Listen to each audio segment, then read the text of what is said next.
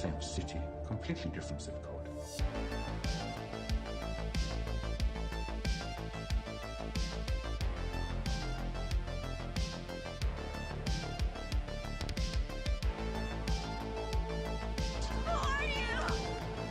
Explorers in the further regions of experience, demons to some, angels to others. Alrighty, hello everyone. Welcome back to another video. Our first review. I'm Terry. I'm Lindsay. And this is Gotham Cenobites. And we are reviewing the first Hellraiser from 1987. So, I was 2 and you weren't here yet. Nope. 88, who were here. Alrighty, so we just coming from watching it, so I mean it's very fresh. Yeah, still kind of. We did like the little pre-discussion. It's. I told you. Yeah. I mean, it's. When was the last time you've watched this film? How long ago? I don't even know, because usually I skip one, most of the time 1 and 2. Yeah, I can think back. We were probably living in Mayport, and that was like how long ago? A very long time. A very long time ago. We're talking. I don't want to say 10 years, but there's. Close. But that's crazy. It's been that long. Alright, so. Yeah, sorry. First Hellraiser. I guess we'll kind of go over some of the story. I mean, it starts out with Frank buying the box and getting torn open. And first real Cenobite you see is the female. My favorite. I'm pretty sure this is one of the only ones where somebody else talks besides Pinhead. But watching the credits, he's credited as the lead Cenobite. So, I mean, even in the book, I think Pinhead was an afterthought in the second or third movie. But fast forward to Larry and Julia coming into the house, and I guess was in their family. And so Larry's moving in with Julia. And then as they're moving in, kind of have flashbacks of her, with Frank, like actually Meeting Frank, and how their little love story kind of intertwined. There's a lot of missing like context that you kind of have to piece together throughout the film. yeah, and so anyways, during one of those flashbacks, kind of coincides with the scene happening, and he gets cut, and because he bleeds on the floor where Frank died, it kind of kickstarts Frank coming back to life, coming through. And is it because it's his brother? I mean, or honestly, is it just blood in general? Just blood in general. For some Okay. reason brought him back. So then, I guess that night, it's a little party and whatever, and Julia fucks off upstairs, and that's when she finds him. Eventually agreeing to lure people there to kill them and help him regenerate. And Can we? Okay, so his little regeneration process. Maybe you should just do the whole story first, and we'll talk about the regeneration. His reanimation, regeneration, whatever. what do you mean? Talk about the scene in general? A little bit of more than a little bit of drops of blood, and like so much of him formed. Yeah. Anyways, okay. Sorry. Yeah, we'll get to Okay. the weird stuff after the story, but so yeah, I mean they're having kind of marital troubles.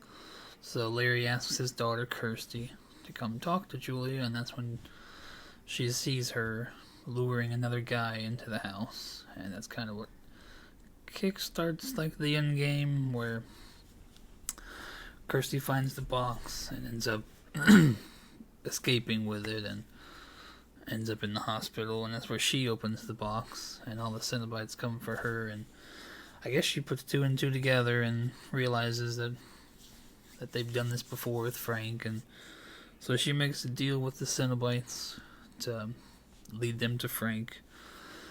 And when we get back to the house, Frank has taken Larry's skin. And ultimately, they find him and kill him again. And then she kind of escapes with the box, tries to destroy it, and this weird demon bat thing gets the box. I mean, from what I've heard about the book, you can't just throw the box away. You can't just get rid of it. I mean, you gotta pass it on. So Yeah, but that bat goat skeleton thing was weird. I mean, the whole movie is kind There's a lot of like very weird, 80s. But it's not even just that. Just I mean, yes, that which to me, is kind of one of the I'm hoping better parts, I guess. I'm hoping the book kind of explains a lot. helps it make sense. Yeah, because there's definitely a lot of missing context. It just is confusing. But I mean, during that whole struggle, for the sake of the story for the next one, Frank betrays Julia, kills her, and then once the Cenobites find them, they kind of kill her on this mattress, and the mattress will come in to the next movie. So, yeah, I mean, it's technically, it doesn't make sense, but for story purposes, he kills her, but then somehow she ends up on the mattress and actually dies on the mattress. And that's okay. Yeah, so we'll get to the mattress the next one. I didn't even put that together. Okay. I'm sure you would have. Yeah, and then...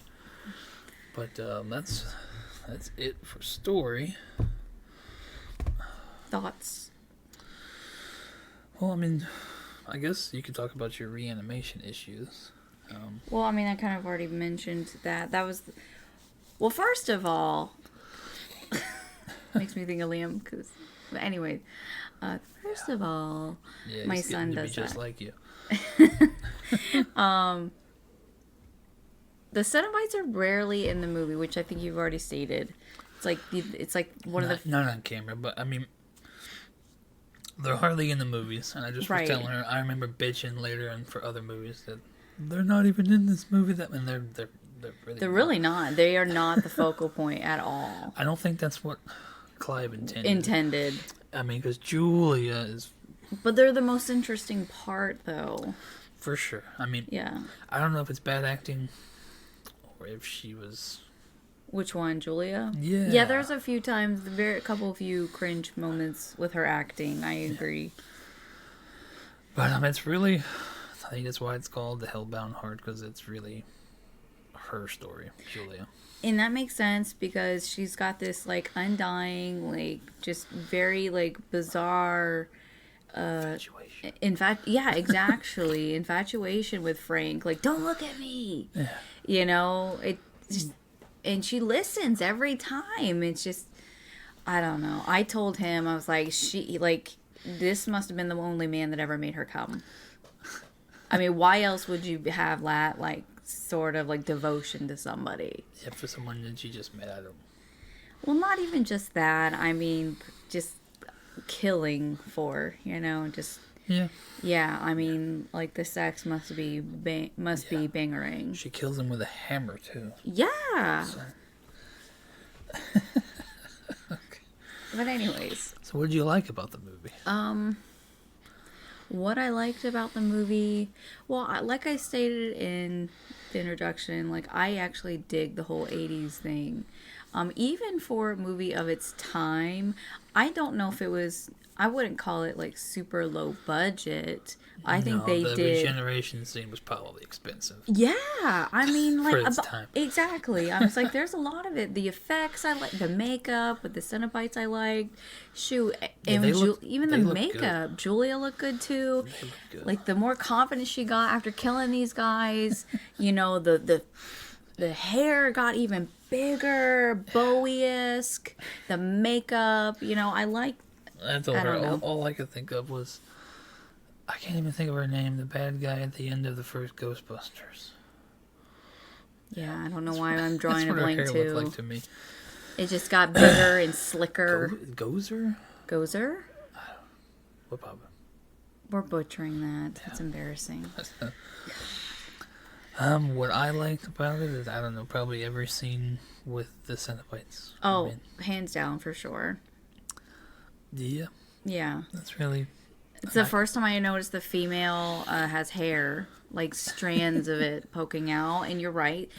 She did speak quite a bit, too. I don't think she has a speaking role in the next one, does she? I think Barbie talks. She does? I think so. Okay. We'll find out, but Yeah. I'm pretty sure. Okay. But yeah, the bone structure of the female, I just like it. Yeah. The weird dog thing was... Or The wall walker? the wall walker, whatever. I wish they had made bit that of a little, fish little looking. toy of that little wall walker thing. Yeah. But I think they intended to make more, but then they didn't. But anyway, There were so many they could have made and they didn't. Hellraiser 3. I mean, there's like The camera. three in Hellraiser 3 that could have been made. You got Terry, Piston Head, Terry. I can't believe they didn't make Terry. Piston Head, and then Camera Head. Yeah.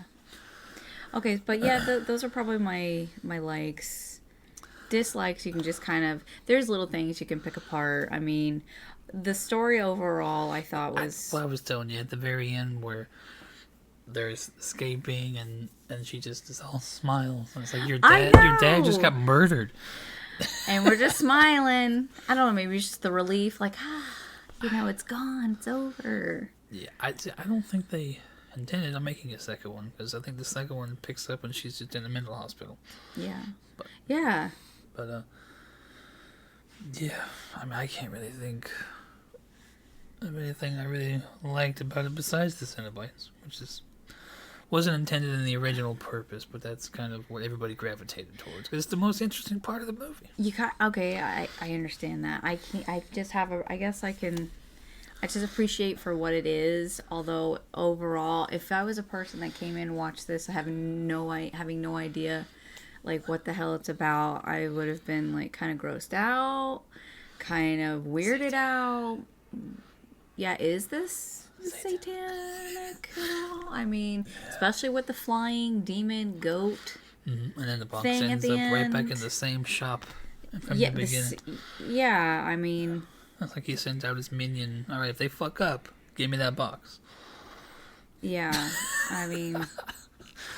So they're not... Okay, as for the Cenobites, so they're not in hell. It's a different dimension. Well, I mean, it's a dimension that you and I would probably consider hell. But as far as the lore, it's not really hell. Mm-hmm. But I think that's actually it's like expanded upon more, like the Lord of Labyrinth, Leviathan. Okay. That's going to be more fleshed out in the second movie. Okay, because like it just seems like it's like a waiting room for hell, like a torture room. No, you kind of see Frank again in 2, and he's in his own hell, and she finds him when she's walking through it. Oh yeah, okay. Yeah, I always get some scenes I was waiting to see. I was like, oh fuck, they must be in 2. So. Oh yeah. But I kind of wish we watched both, but it's late for us. There is this little Easter egg I'll probably shout out again, but the same actor who plays Skinless Frank is a pretty bizarre mental patient in 2 that actually cuts himself up and brings Julia back, but more into that later.